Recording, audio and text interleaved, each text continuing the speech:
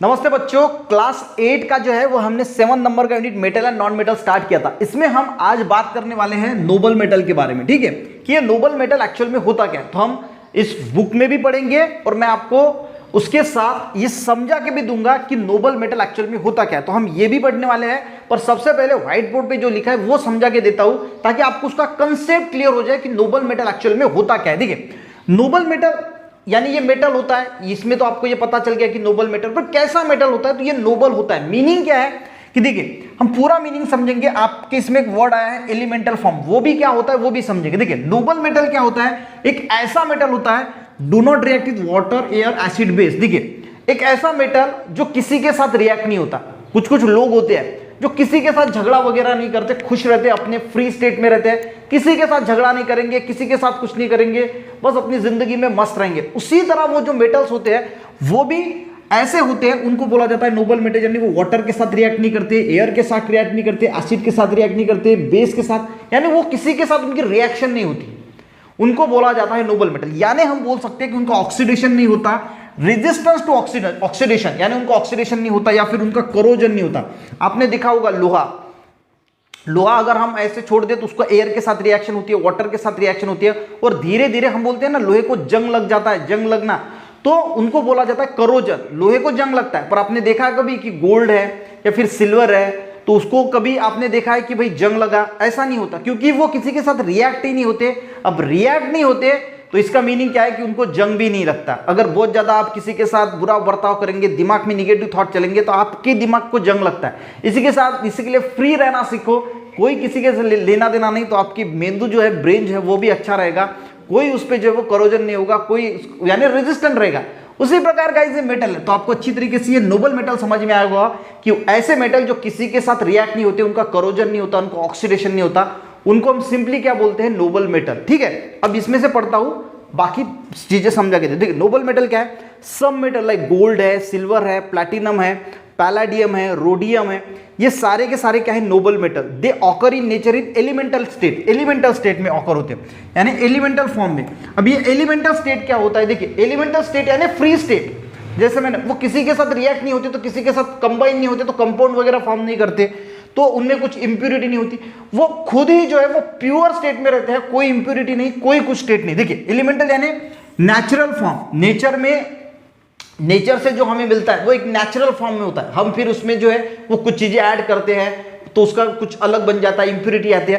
तो जो natural form है means that element is not combined with another element, यानी वो किसी दूसरे एलिमेंट के साथ कंबाइन नहीं होते, कंपाउंड वगैरह फॉर्म नहीं करते, टू फॉर्म कंपाउंड, यानी वो कंपाउंड वगैरह फॉर्म नहीं करते।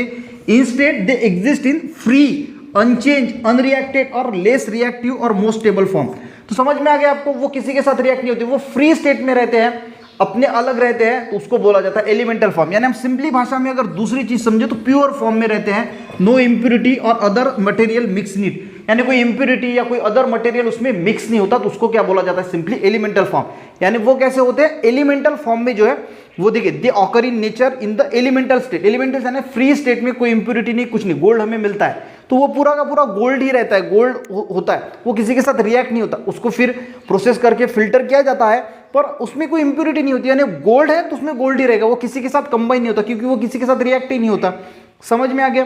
देखिए, gold which is 100% pure is called 24 carat gold. जो प्योर होता है उसको हम क्या बोलते हैं, 24 carat gold. Pure gold is soft, वो कैसे होता है, सॉफ्ट होता है, यानी वो गोल्ड के बारे में दिया है। पर नोबल मेटल आपको समझ में आ गया कि वो किसी के साथ रिएक्ट नहीं होते, एसिड नहीं, बेस नहीं, वाटर नहीं, एयर नहीं, उसको हम क्या बोलते हैं, सिंपली नोबल मेटल बोलते हैं, जिनका करोजन नहीं होता, जिनका ऑक्सीडेशन नहीं होता। ये होगी प्रॉपर टर्म। अब इसमें जो एग्जांपल है तो आपको गोल्ड का थोड़ा एक्सप्लेन करके दिया है कि गोल्ड जो है वो 100 ग्राम, हम बोलते हैं ना, आपने सुना होगा 24 कैरेट, 22 कैरेट्स, 18 कैरेट्स, तो एक्चुअल में जो 24 कैरेट्स होता है उसका मीनिंग क्या होता है कि वो प्योर है, उसमें 100 ग्राम यानी 100% जो है वो क्या है, गोल्ड ही है, उसका मीनिंग होता है 24 कैरेट गोल्ड। ठीक है, प्योर गोल्ड थोड़ा सॉफ्ट होता है, as a result the ornament made from, और उसी वजह से जो हम दागिने वगैरह बनाते हैं, ऑर्नामेंट बनाते हैं, उसको बेंड वगैरह किया जाना होता है, ब्रेक करता है, प्रेशर की वजह से वो ब्रेक करके उनका ऑर्नामेंट बनाया जाता है। Therefore gold Smith mix with in certain proportion of copper और सिल्वर। अब देखिए, एक 24 कैरेट्स होता है, एक 22 कैरेट्स का होता है। अब 22 कैरेट्स में क्या होता है, जो है वो थोड़ा उसमें जो है वो कॉपर या फिर सिल्वर जो है वो मिलाया जाता है। यानी देखिए 24 प्योर है, 22 कैरेट की बात करें तो अब जो यहाँ पे जो 2 बचा तो इसमें थोड़ा सिल्वर ऐड करेंगे, थोड़ा कॉपर ऐड करेंगे, उसको क्या बोला जाता है 22 कैरेट, यानी उसमें थोड़ा कॉपर और सिल्वर जो है वो मिक्स किया जाता है। Ornaments are made from 22 carat gold और gold with steel smaller carat value. अब ये जो हम दागिने वगैरह पहनते हैं तो वे 22 कैरेट के बनाए जाते हैं, क्योंकि जो उनको जो फोल्ड किया जाता है, ब्रेक किया जाता है, उनको ज्वाइन किया जाता है तो वो कॉपर या सिल्वर का दिया जाता है, जिसकी वजह से वो 22 कैरेट के बनते हैं। तो ये तो एक एग्जांपल है नोबल मेटल का, उन्होंने थोड़ी एक्सप्लेनेशन दी है कि नोबल मेटल का क्या एक गोल्ड का लेके।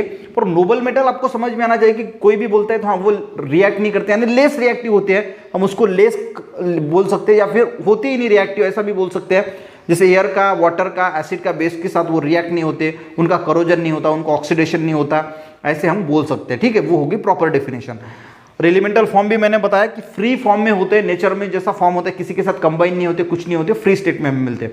अब यहाँ पे दिया है कि यूजेस ऑफ नोबल मेटल का, देखिए गोल्ड, सिल्वर, प्लैटिनम ये प्रिपेयर टू ऑर्नामेंट्स, इसमें क्या बनाए जाते हैं ऑर्नामेंट्स यानी दागिने वगैरह बनाए जाते हैं।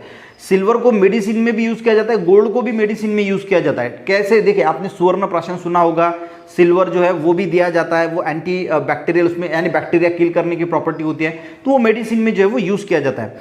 गोल्ड एंड सिल्वर ऑल्सो, देखिए बहुत सारे मेडल्स होते हैं, आपने सुना होगा स्वर्ण पदक, ठीक है, तो वो जो पदक होते हैं तो उसका भी यूज किया जाता है। गोल्ड एंड सिल्वर का जो मेडल्स वगैरह कोई जीतता है तो उसको देने के लिए। Gold and silver are also use to make few electronic device, जो होते हैं बहुत सारे इलेक्ट्रॉनिक, एकदम छोटी क्वांटिटी में गोल्ड एंड सिल्वर का यूज किया जाता है। Platinum, palladium metal are use in catalyst. Catalyst यानी देखिए कैटलिस्ट का मीनिंग क्या होता है, ऐसे कुछ सब्सटेंस जब केमिकल रिएक्शन फॉर्म होती है तो केमिकल रिएक्शंस में वो रिएक्शन का रेट ऑफ रिएक्शन यानी उसको फास्ट करने के लिए या स्लो करने के लिए कुछ चीजें यूज की जाती है, उसको कैटलिस्ट बोला जाता है। तो ये जो प्लैटिनम है, पैलेडियम है, ये भी क्या है नोबल मेटल है, इसका भी इस्तेमाल एज अ कैटलिस्ट जो है वो किया जाता है। तो ये कुछ यूजेस आपको दिया है। आई होप आपको नोबल मेटल अच्छी तरीके से टॉपिक समझ में आ गया होगा। नेक्स्ट इसमें हम प्योरिटी ऑफ गोल्ड के बारे में पूरा डिटेल समझेंगे कि प्योरिटी ऑफ गोल्ड क्या होता है। तो आई होप आपको नोबल मेटल अच्छी तरीके से समझ में आ गया होगा। वीडियो हेल्पफुल रहा, एक लाइक जरूर करना, दोस्तों को भी शेयर करना, चैनल पे नए हैं सब्सक्राइब करना। मिलते हैं नेक्स्ट वीडियो में, तब तक के लिए जय हिंद।